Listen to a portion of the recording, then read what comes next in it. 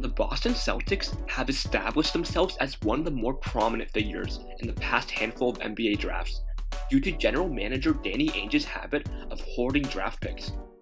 As a result, they have one of the most intriguing draft track records to analyze, as they have made tons of draft picks this decade, both within the lottery and outside of the lottery. Here are the different strategies that I've noticed Danny Ainge consistently utilize when it comes to selecting a player.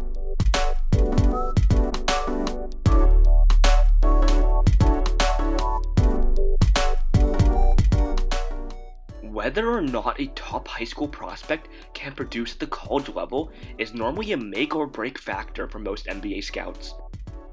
But for Danny Ainge and the Celtics, their prospect evaluations seem to place very little weight on a prospect's college career.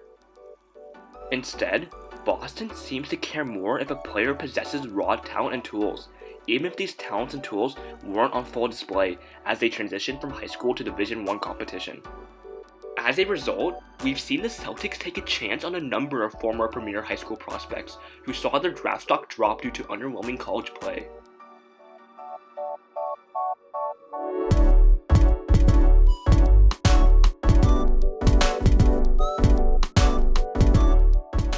One of the Celtics' most successful examples of drafting a former top prospect that disappointed in college was Avery Bradley. Bradley was ESPN's #1 ranked recruit coming out of high school, but after an inconsistent season with UT Austin, his draft stock plummeted down into the mid-first round range.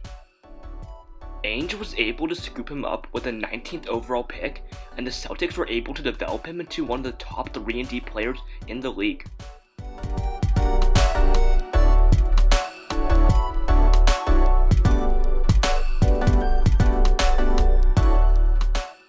Jaylen Brown has also been a solid example of this drafting strategy. Coming out of high school, Brown was the 4th best recruit according to ESPN, and the 3rd best recruit according to Rivals.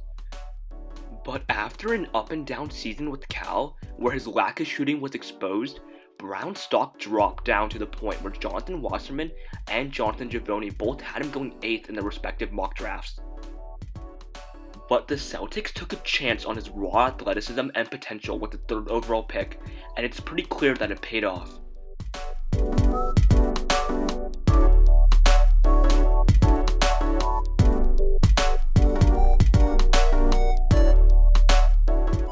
However, drafting disappointing college players hasn't always panned out this well for the Celtics, such as when they decided to take Sullinger in 2012. Sullinger was ESPN's 2nd best recruit out of high school in 2010, but he didn't turn out to be as dominant at the college level as many expected. To add on top of that, weight and injury concerns further hurt his draft stock, causing him to fall all the way down to the 21st pick in the draft, where Boston ended up picking him. And while he was a starter for them for 3 seasons, his production never came close to his previous high school hype. Ultimately, Sullinger did not outlive his rookie contract with Boston, and subsequently fizzled out of the NBA the following season, quite fittingly due to weight and injury problems.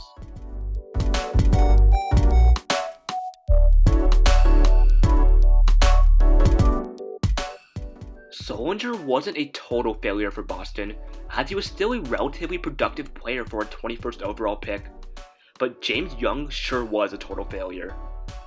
Young was the 8th ranked recruit out of high school in 2013, but after an inefficient season with Kentucky, his draft stock slid into the mid-first round territory. The Celtics selected Young with the 17th overall pick, and he turned out to be a complete bust, playing just a total of 95 games in his NBA career.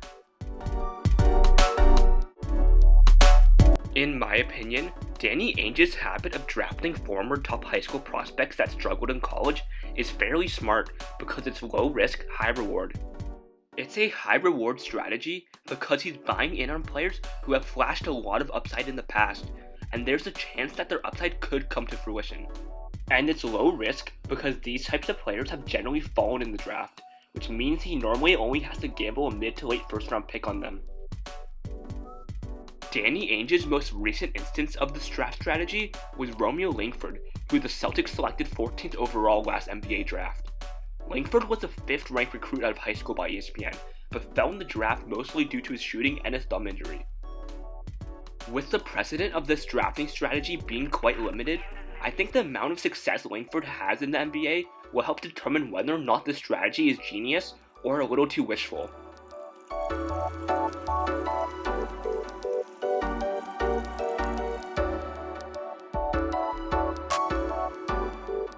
When it comes to drafting big men, the Celtics have taken a modern-day small ball approach, likely influenced by Brad Stevens. In the Stevens era, Boston has drafted 4 undersized power forwards who possess high basketball IQs, are mobile enough to guard and switch heavy schemes, and can space the floor on offense with competent jump shots. And despite the rising value of this archetype, Boston has been able to find these players outside of the lottery, and sometimes even in the second round, rarely wasting a top pick on a big man. However, this drafting strategy has been kind of a work in progress for Boston, so I'm going to take you guys through both the makes and the misses.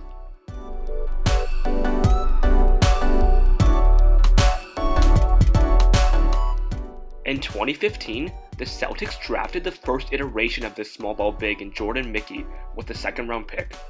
Mickey stood just 6'8", but he was a high IQ defender with great mobility and leaping ability. And on offense, he had a respectable stroke from mid-range.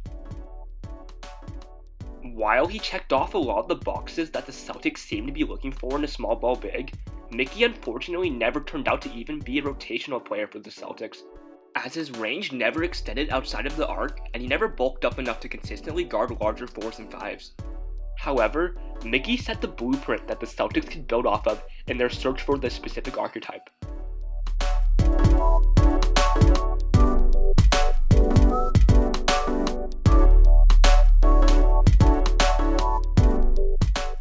In the following draft, the Celtics doubled down on the strategy, drafting a very similar player in Guerschon Yabusele.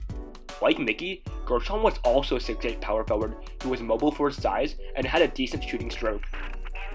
While he wasn't the defender that Mickey was, Yabu was strong enough to hold his own against bigger 4s and 5s, and he had a better 3-point shot, the two things that capped Mickey's potential the most. However, Yabu also ended up being a bust, falling out of the league due to inconsistent production, conditioning issues, and just being too raw as a prospect.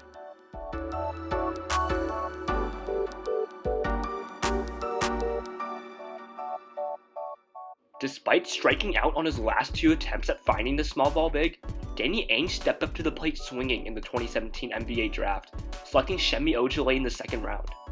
What made OJELEYE different from Mickey and Yabu was that he was more versatile.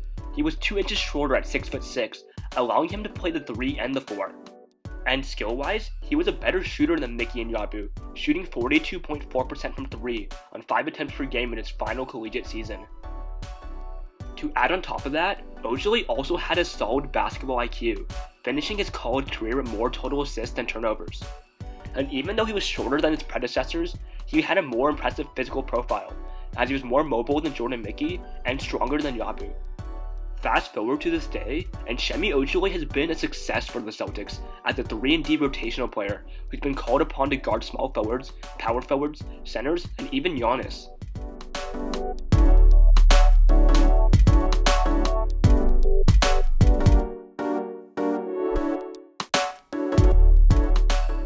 Moving on to the most recent NBA draft, the Celtics continued to invest in this small ball big archetype, drafting 6'6" Grant Williams with the 22nd overall pick. Like OJELEYE, Williams met all the criteria of this archetype that Ainge and Stevens fell in love with.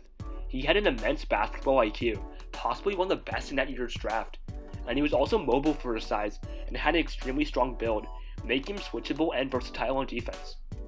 And while he's not as good of a shooter as OJELEYE, Grant Williams can still space the floor and hit the 3 on the catch and shoot. After a slow start, Grant has shined in his rookie season and has quickly become a fan favorite in Beantown due to his hustle and his ability to make smart plays. Looking back on the succession of draft picks, it's pretty impressive that the Celtics were able to identify such an impactful small ball big archetype all the way back in 2015. And while their scouting wasn't exactly fine-tuned in the beginning, as they missed twice on Mickey and Yabu, they've seemed to have finally perfected the mold that they've been looking for, evident in 2 consecutive solid picks in OJELEYE and Williams.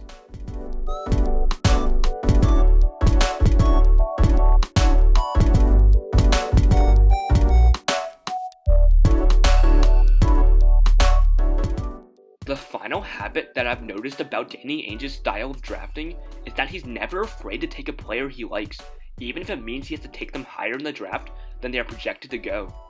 I'm not sure if this is exactly a smart strategy, as there have been plenty of times where Ainge could have moved down in the draft and still selected the same player, along with getting compensation in return. But I can't help but respect the confidence that he has in his personnel scouting, to where he's willing to go against consensus opinion to get the player he wants.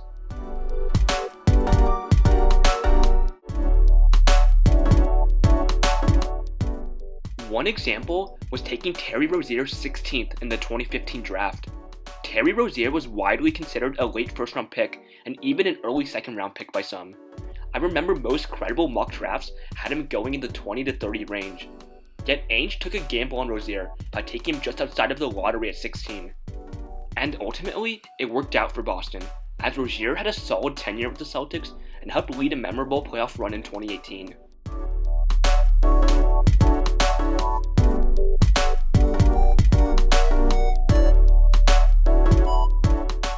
As I mentioned before, Jaylen Brown was also an example of a player who the Celtics selected above his projected draft spot. Brown was predicted to be a mid-lottery pick, below players like Chris Dunn, Dragon Bender, and Buddy Hield, but the Celtics decided to take him a few spots earlier with the 3rd overall pick. And like Rozier, Brown has definitely proven to be worth the risk.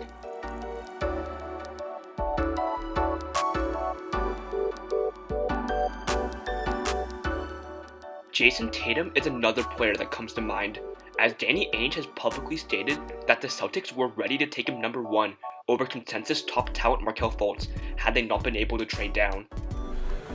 Yes, we picked him the first pick. That would have taken a lot of balls to take Tatum over Fultz, as almost every NBA fan and analyst alike considered Fultz at least one tier above Tatum.